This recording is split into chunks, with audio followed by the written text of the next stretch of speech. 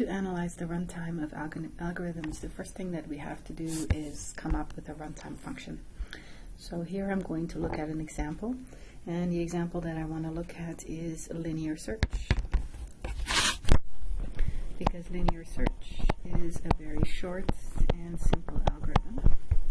So in LinearSearch, we usually get as input some array. I'm going to make it an array of integers. So in this case, it's an array of numbers, and there's one particular number that we want to find. What do we want to find for that number is the index, so what I'm going to return is an integer. The easiest way of doing this is starting at the beginning of the array and going to the end. So I'm just going to create a for loop, for, and I'm going to start my index at 0. As long as I haven't reached the end of the array,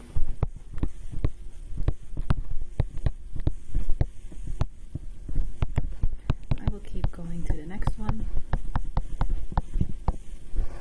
And what I want to check is if at the current index, so at nums at index, is this the same as the number that we are looking for? If it is, I am going to return the index.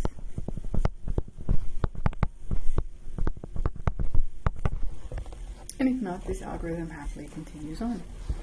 So that is my for loop. So if I never find it, this for loop will terminate, and in this case, I'm going to return -1.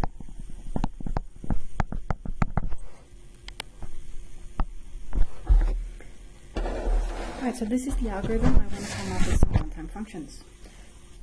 The runtime does depend on the input size. So in this case, the input size is the length of this array right here. So I'm going to call that n. So I'm going to say that n is nums.length. The shorter it is, the fewer times that loop will be executed. The longer it is, the more times. So the runtime definitely depends on what the input size is in this case. But it also depends on where this number is located. If it is the very first element, the for loop is only executed once. If it is the last element, or if it's not in the array at all, it's going to go through the entire array. So that is what we call a worst and a best case. So in the best case,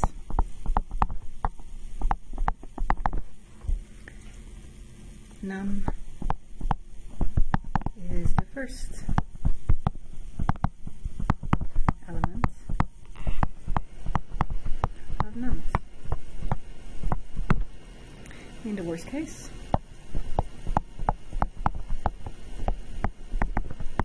num is the last element, or not in nums. So let's take a look at the best case first.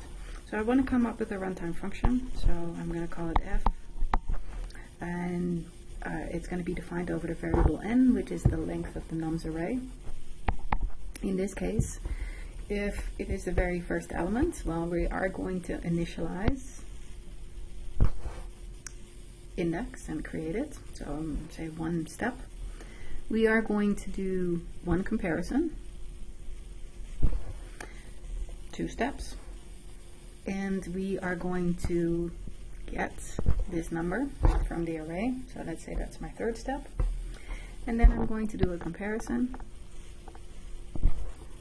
4th step. And then I'm going to do a return statement, which is my 5th step. So approximately 5 steps. So I'm just going to call this some number c, where c is approximately or some constant number. Some constant independent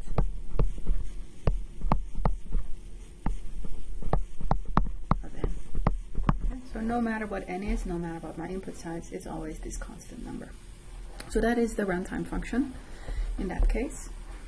Now let's take a look in the worst case. In the worst case, it's the last element, or it's not in the array at all. So in that case, I'm doing f of n, and I'm going to execute that loop n times. And this is easiest to grasp, as anytime I see a loop, I automatically go to a summation. Because what am I summing here? I can say I is equal to my index from 0 to n minus 1. So that is how many times the loop will be executed. And what do I do each time for each of those iterations of the loop? Well, I'm again, the first time I'm initializing, then I'm doing my comparison again. Then I'm doing my another grabbing, another comparison, and in this case I will be doing an incrementing. So I would say again approximately the same amount of steps for each iteration of the loop.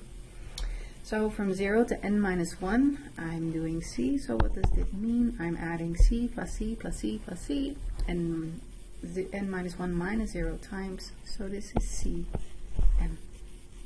Okay, so that is the runtime. And again, where c is approximately 5, or some other constant. So this is the runtime function for a best case and a worst case.